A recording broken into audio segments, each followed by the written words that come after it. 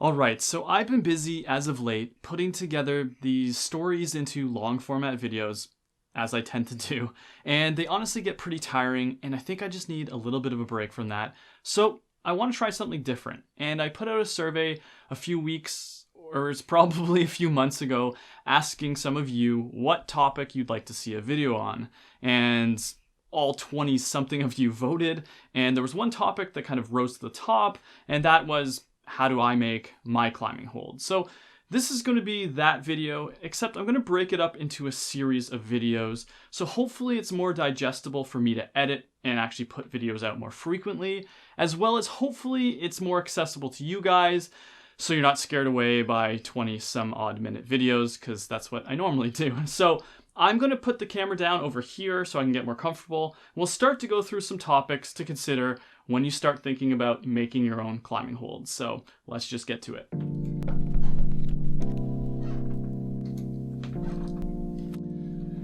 Alright, so before you actually get into making the climbing holds, you need to ask yourself some questions, like, what's your purpose for making these holds? And yeah, I guess your purpose is to haul your ass up a wall, but beyond that, there's some certain things you need to start to define, like, are these holds for training or are they for fun? Are these for your kids? Do they need to be colored? Are you trying to simulate outdoor rock, or are you trying to simulate indoor boulder problems? And that list can kind of go on for infinity, but those are some of the more broad concepts you should start to think about and answer before you go into the process of making holds, because that can change the actual process you use and what kind of holds you get out at the other end.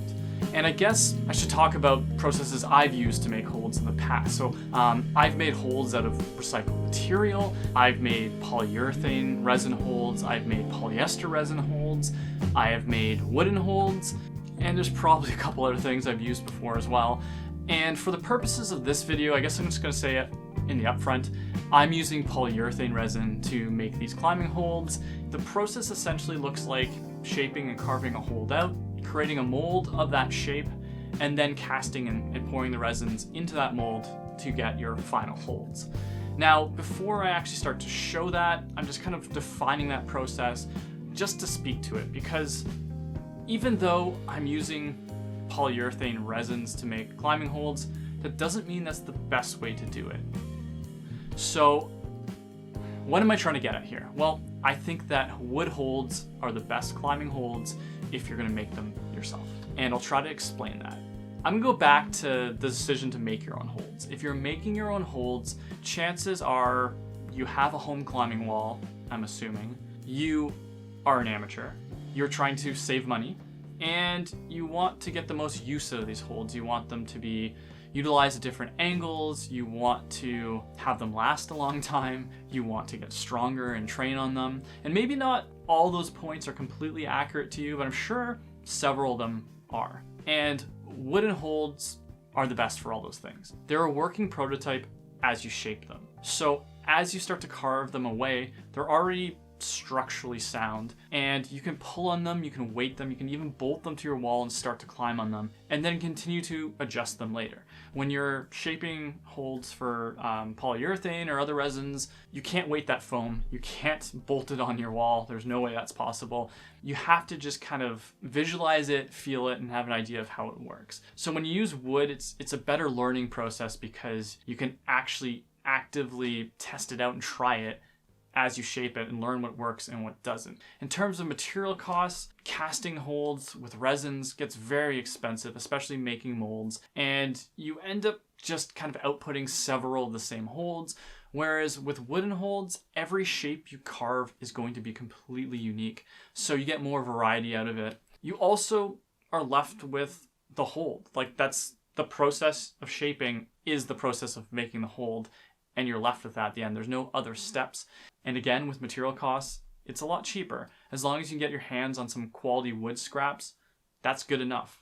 And if you have woodworking tools, whether that's carving knives or sandpaper or grinders, hand saws, like rasps, whatever woodworking tools you have, those are great for making climbing holds. Like, that's all you need. So most people have, I'd say, 80% of the tools to make wooden holds at home in some capacity. And if you don't, those tools are reasonably cheap to pick up at any hardware store. So I think that wooden climbing holds are the best holds for a home climbing wall and a great place to start because it's a low cost of entry. There's no risk in really doing it. And you can apply those exact same skills that you've learned making wooden holds to making all the other type of holds. So why not just start there? And if you want to kind of expand beyond that and do some other type of holds, you can in the future, and you already have a really good base to do that.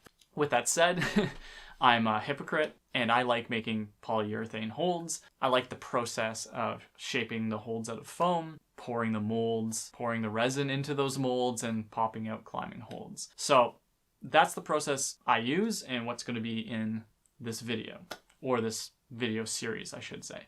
I think this is actually a good time to flag and build on something I said earlier, which is if you're going to cast your own polyurethane climbing holds, it's pretty involved and it gets very expensive, and you're just not going to get the same quality of holds you'd get from purchasing one from a large manufacturer. And before anyone gets angry at me saying that, I'm just going to clarify that, because if you can get the same quality of holds at home, I would argue that you're not a DIYer, you're probably a professional, because to get those holds, you have to have years of experience shaping and understand forms really well. You have to have the right foam. A lot of these guys have their own foam that is spec'd for climbing holds, not a lot of the DIY products that I use and others use. They have tools at their disposal that we do not, like pressure chambers and vacuum chambers to degas and to press resins into every crevice and every detail of a mold. They have climate controlled and humidity controlled settings so everything cures properly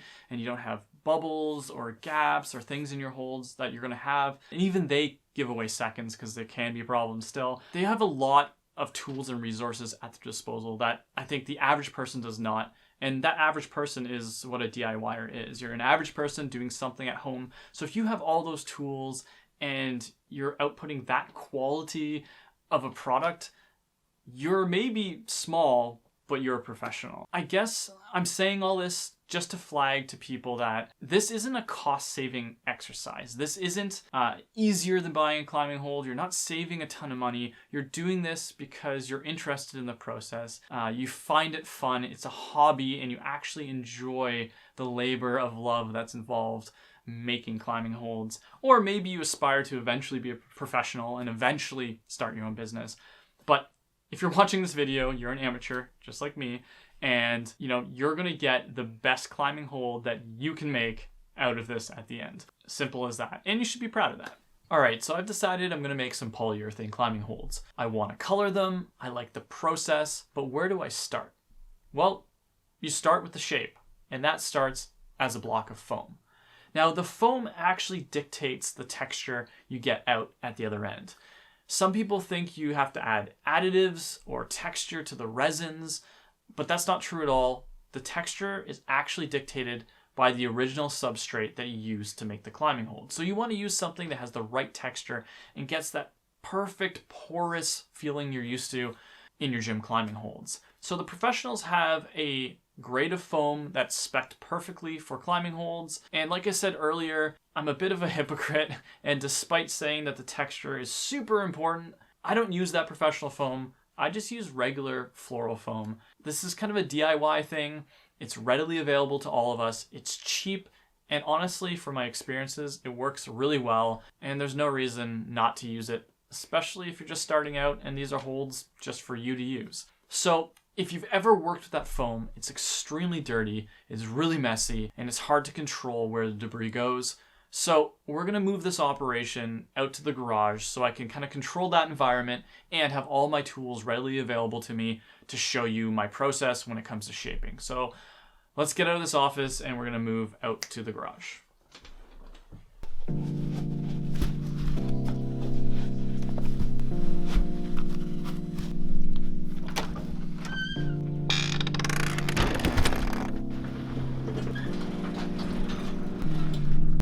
Alright, so here we are again in our single car garage. If you saw our climbing wall build video, this space might look familiar to you with the addition of the white drop sheet behind me. It gives a little bit of a Dexter kill room kind of vibe, but it helps hide all of our crap that we have behind there. So yeah, there's not a whole lot to look at here. small garage, but it's just the right amount of space to make some climbing holds in. So I'm gonna set up some lights so it looks a little nicer in here, and then we'll get to the setup of your space to get you ready for actually making climbing holds.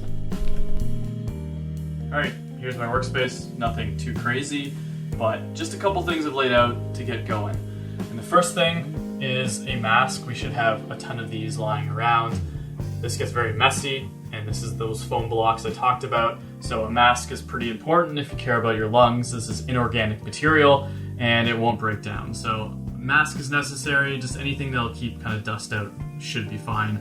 The old surgical masks you have lying around, as long as they're sterile, put them back on your face and make some good use of those. A bunch of files and rasps, different sizes. Some of these have different shapes. For example, this one has a very fine, sharp kind of triangular shape, which can be great for making crack features or little details. This one's a rounded one, which is also good for making kind of organic edges. Just a typical kind of file has one side that's got a semi-radius. It's got a little bit of a curve to it. I don't know if you can see that or not. And then it has a flat side as well, and again, a sharp edge you can use. A different rasp here that has like bigger teeth, so it can take away more material quicker. A sanding block. Again, this has kind of sharp corners, but you can kind of bend it and change its shape and use it in different ways. And because it's foam, you can kind of compress it and use it in different ways and different manners. Regular piece of sandpaper, pretty self-explanatory, but you can fold this and bend this as well. You know, a box cutter, which is great for shaving chunks of material off. Then it's also handy to have a couple bolts just lying around because they're good for referencing the shape and size you need for your bolt hole. And they can actually be used as a tool, which I'll get into showing a little bit later. And a couple things I also have here that aren't necessary, but I have some molds I've already made and some examples of climbing holds that have come out of those. And then I have some kind of work in progress pieces here.